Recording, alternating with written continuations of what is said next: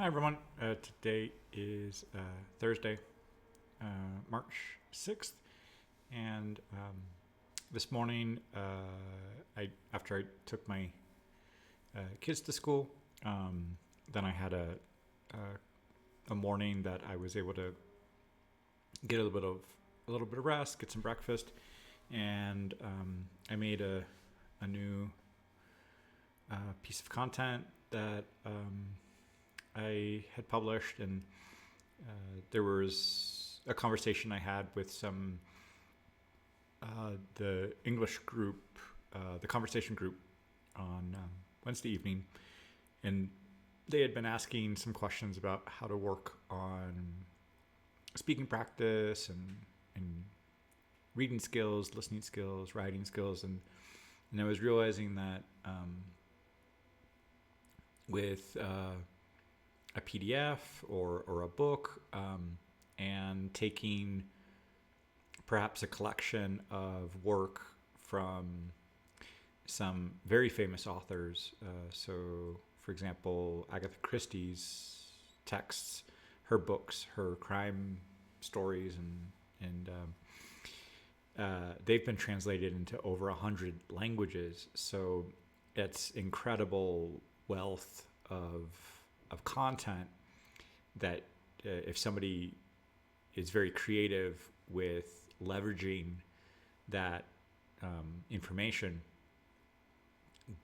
they could learn 100 languages if you're creative and skillful with that. So I was just giving an example of between English and Spanish, and the original being in English. You could read the two side by side as a bilingual text, and if you can first read in your native language for the gist, the general idea of the reading comprehension, who are the characters, what's the plot, and then you look at the source, the original text, then you can start to look at the grammar, look at the vocabulary, look at the sentence structure. And since you already have an idea of what the text is about, you have a little bit less of a migraine trying to figure out, like, I don't understand these vocabulary words. I don't know what they're talking about. But because you do know what it's talking about, you already read that in the translation to give you a kind of a lead forward, an advantage. You can use that to kind of pull yourself forward, because you already know where the finish line is, and somebody has already moved you several steps forward. You don't have to start at the beginning line.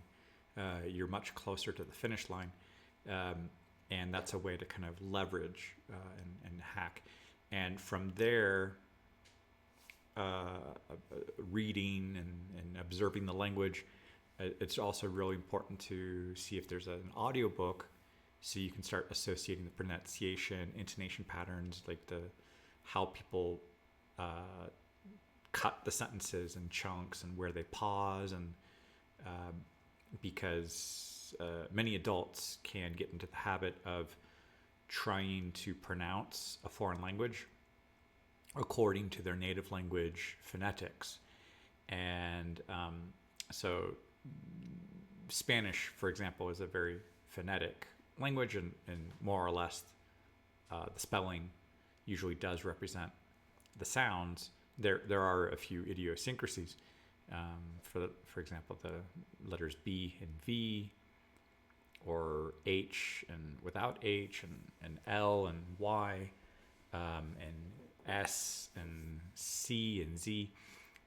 Those letters can have some spelling issues, but more or less the language is reliable in terms of the spelling and pronunciation. English, not so much. So when I do see Spanish-speaking students pronounce English and attempt to break the words into pieces according to Spanish syllables, that can create some problems. So observing audiobooks, it would really be a great way to listen, read, and then the next part would be to shadow in terms of actually reading out loud while listening, while reading. And then what's going to happen is you're going to kind of automatically synchronize the same way that a musician listening to a recording of an artist would probably try to lock in how they're playing a melody or chords, like the rhythm and those patterns. They would try to lock it in based on what they're listening to.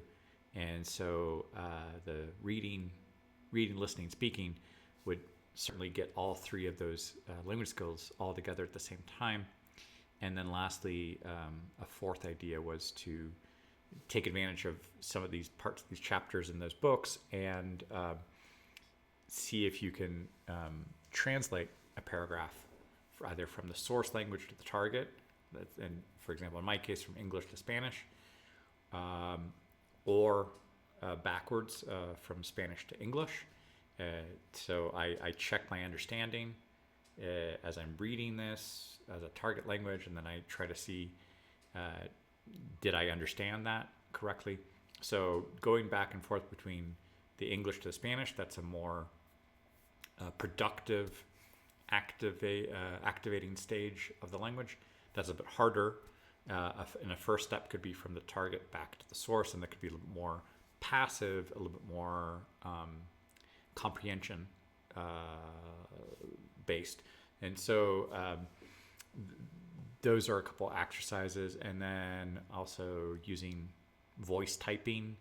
So it's transcription tools with AI, where as a computer program is listening to you speak, you can check your pronunciation, and if you're reading out loud from the book, from the text, if it is writing down what you're saying and it matches, that means your pronunciation is reliable. If there are some problems, there are none of these transcription tools are 100% perfect. We see that on YouTube with captions, where sometimes the words are just a little bit off because they're automated. But more or less that can indicate some things. And there are some students who have sent me some exercises where it's doing a analysis as they're speaking and giving some predictions about where that student has come from, their native language background. But so being able to work with texts and audiobooks along with either an MP3 that you can listen to and a YouTube video, or something on Spotify or Audible, any of those platforms that have access to audiobooks, is a great way to combine reading and listening. And you can activate these things with speaking, with voice typing, and you can practice your writing and try to work with translation. And lastly, you could be listening to the audiobook, part of a section that you haven't actually read yet. If you just approach it from the listening and without looking at the text, you could try to write down, take dictation, and see if you check in the book, like on that page or that number, if what you wrote down is correct, and you could see where there's punctuation marks that might be different, or spelling as well. So there's so many different ways that you can combine these different language skills, and going back and forth between a native and target language. And that's just, for example, if I mention using Agatha Christie in English and Spanish. But for what could also be very fascinating is if I take that same source text, which was written in English, but I completely ignore the English, I could take one of those translations and take a Spanish version and maybe a Swahili version. And because I know Spanish, and because I understand what the story was and who these characters were, not taking my English apart, I could then try to decipher and learn a little bit of the Swahili, and that would be a way of kind of laddering, taking one of my other languages, second language. So just for fun, sometimes I've done this with TV shows episodes, and I can look at the list of what are these audio sources that are there, and what are the subtitles. So if it's just for like to see what I can understand or decipher, I might put the audio in Dutch and put the subtitles in Greek, and try to just watch, observe these characters, and try to kind of imagine what they might be saying, and try to kind of between the audio and what's text. Like I don't speak Dutch, and I don't really. I've learned a little bit of Greek, but it could just be to keep my mind active and keep it kind of feeding it information to try to process and try to find meaning in that. So it's a way to just keep my skills, observation skills, sharp, even if it's just an exercise for like 5 minutes, and then maybe take that same extract and switch everything up and like put, okay, now the audio is in Hungarian and the subtitles in Polish. And can I get more information, and just these random pairs, as if I were taking two texts and putting them in two different fonts and just seeing how they compare to each other, and how they relate, like design wise. But so for me, for just keeping my observation skills sharp, when there are some of these popular TV shows that have multiple audio tracks and subtitles, that's one thing you can kind of play around with. Many people, I would say, would not want to do that intentionally unless they were forced to, because they're probably just consuming that TV show as a source of entertainment, and they don't want to be thinking. They just want to be entertained. So they would probably just either leave the source audio and maybe the subtitles in that, or the subtitles in their native language, but not play around with unknown audio and unknown subtitles just to test themselves and see if they can find anything. But I thrive in those little things, and there were moments when I was first experimenting with the Pimsleur series, and when I say that the Agatha Christie series, like having her text like translated into 100 languages, once you understand the gist of what's going on in a chapter or some of the characters, that comprehension remains no matter what language you then go to. And that's the experience I had with the Pimsleur series, that once I figured out that the first conversation was always the same, that it was like you sit next to a woman on a park bench, and there's something of, excuse me, do you speak whatever the target language is? And there's something of like, or excuse me, do you speak English? And like, no, I don't. And do you speak this language? And they say, oh, I speak a little bit. And the person gives a compliment. Oh, you speak very well. And like, that's the end of that first conversation. And then that becomes like a half-hour learning material just to get the basics of excuse me, and do you speak, and I understand, and I don't understand. And so those phrases get broken down piece by piece. And so once you understand that first conversation and that first dialogue, you already know what to anticipate in all these other translations, because the Spanish is just going to be a translation of the English, and the French is going to also be the same thing, and the German, the Italian. So knowing that, once I figured that out, I would have those audio cassettes playing all 4 or 5 of them at the same time, and maybe different chapters, different units. So it would be bombarding me with constant questions on like, do you remember how to say this? Or ask this. Reply no, that you didn't. but then reply no in Italian and say this in Spanish and listen to this question in German and then in French. So this was in early stages when I was still learning these languages, but my mental just flexibility, I didn't realize it at the time, but it was definitely a superpower of just this kind of like, bring it on. Just like this thing loves to process so much information. Uh, bring it on. Later, when it was just two languages, like English and Spanish, I was like, this is so easy. I only have to concentrate on one language because I'm getting myself used to listening to background noise of like 4 or 5 languages and trying to be bouncing back and forth. So I think it kind of set the tone for right now, many years later, 30 years later, how I can actually switch between these languages and go from English and Spanish and French, German, Italian, and Russian. And I kind of just do them in that order. That's the order that I learned them in. So it just feels kind of logical to me because that's what I learned them in. But I haven't really done some of those back and forth audio things of ask a question, answer this, say this. I think I might record that just as a little bonus thing for myself. See if I still have that.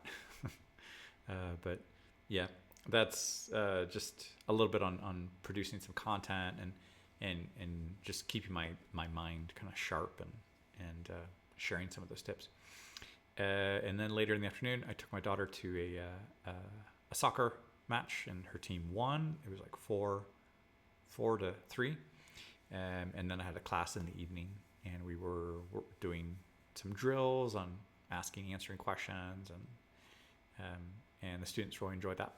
So yeah, making this recording, and then I'm going to go for a walk, and that's it. Hola a todos, hoy es jueves, el 6 de marzo, y hoy en la mañana fui a la escuela con mis hijos para dejarles, y al regresar estaba descansando un poquito. Había dormido un poco menos que debería, o que hubiera debido, o debiera haber dormido. Siempre tengo esa duda.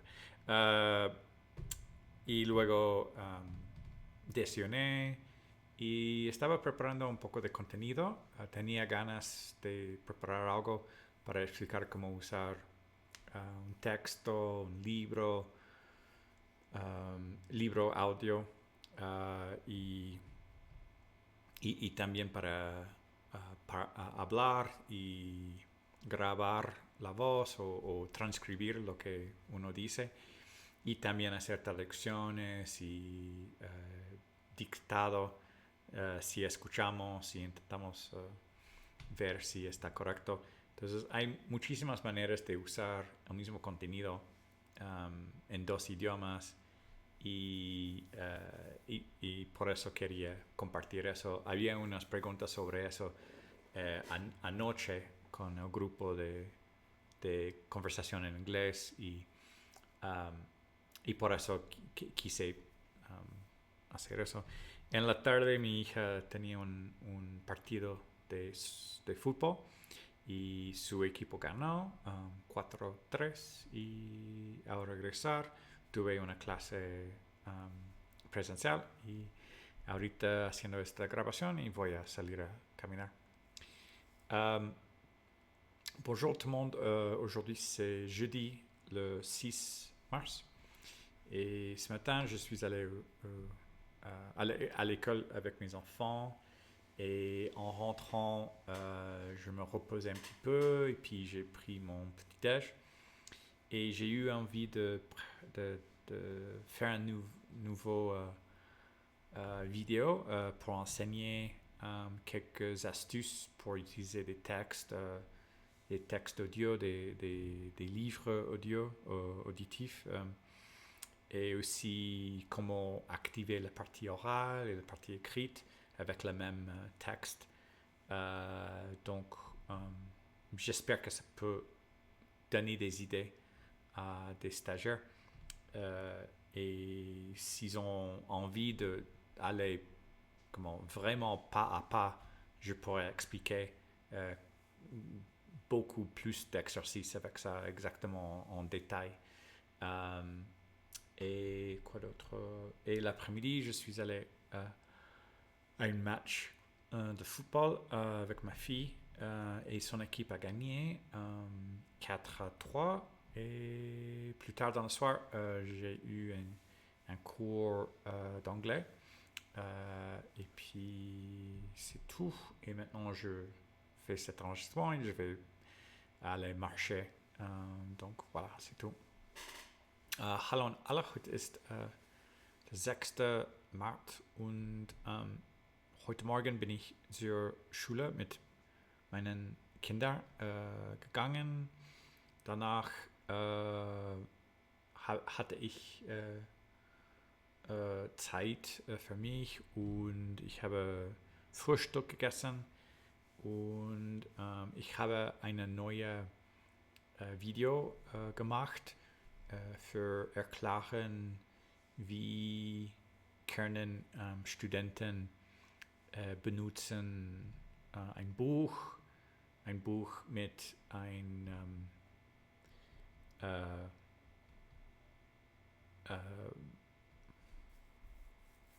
was sagt man? Wie sagt man das? Translate. Wie sagt man? Translate.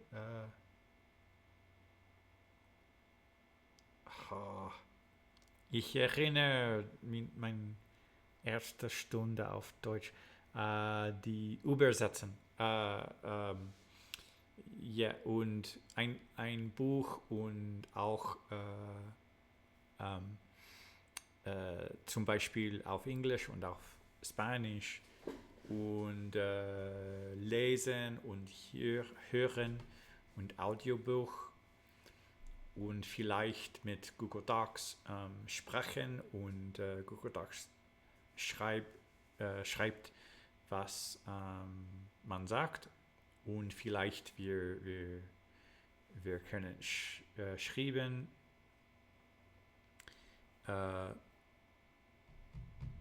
Schreiben. Ja, ich schreibe. Wir können schreiben und sehen, die übersetzen und es ist richtig oder es gibt Fehler. Und es gibt viele Übungen mit ein Buch und mit einem Buch. Und nach Mittagessen bin ich ausgegangen mit meiner Tochter. Sie hat gespielt Fußball und gewohnt und gewinnen. Und am Abend hatte ich eine Stunde auf Englisch und jetzt möchte ich ausgehen. Das ist alles für heute. Ciao a tutti. Oggi è il giorno 6 in marzo o marzo e nella mattina sono andato alla scuola con i miei figli e quando sono tornato ho fatto colazione e ho riposato un po' perché ieri sera avevo dormito non molto e ho voluto fare una registrazione e pubblicare e per questo ho voluto spiegare come utilizzare un libro per leggere, ascoltare un audiolibro e parlare con Google Documenti per esempio e scrivere e tradurre e vedere è corretto e nel pomeriggio sono andato fuori con la mia figlia a ha giocato calcio e nella sera, stasera avevo una lezione di inglese e questo è tutto. Всем привет, сегодня 6 марта и сегодня утром я был в школе с моими детьми, и когда я вернулся домой, я позавтракал, и также я хотел отдыхать, потому что вечером я спал мало, и также я хотел сделать новые видео, чтобы объяснить, как читать и как слушать аудиокнигу и говорить с Google документы, чтобы работать произношение и также написать и переводить и так это все. И после обеда моя дочь играла футбол, и вечером у меня было занятие на английском. Это все на сегодня. Большое спасибо, пока.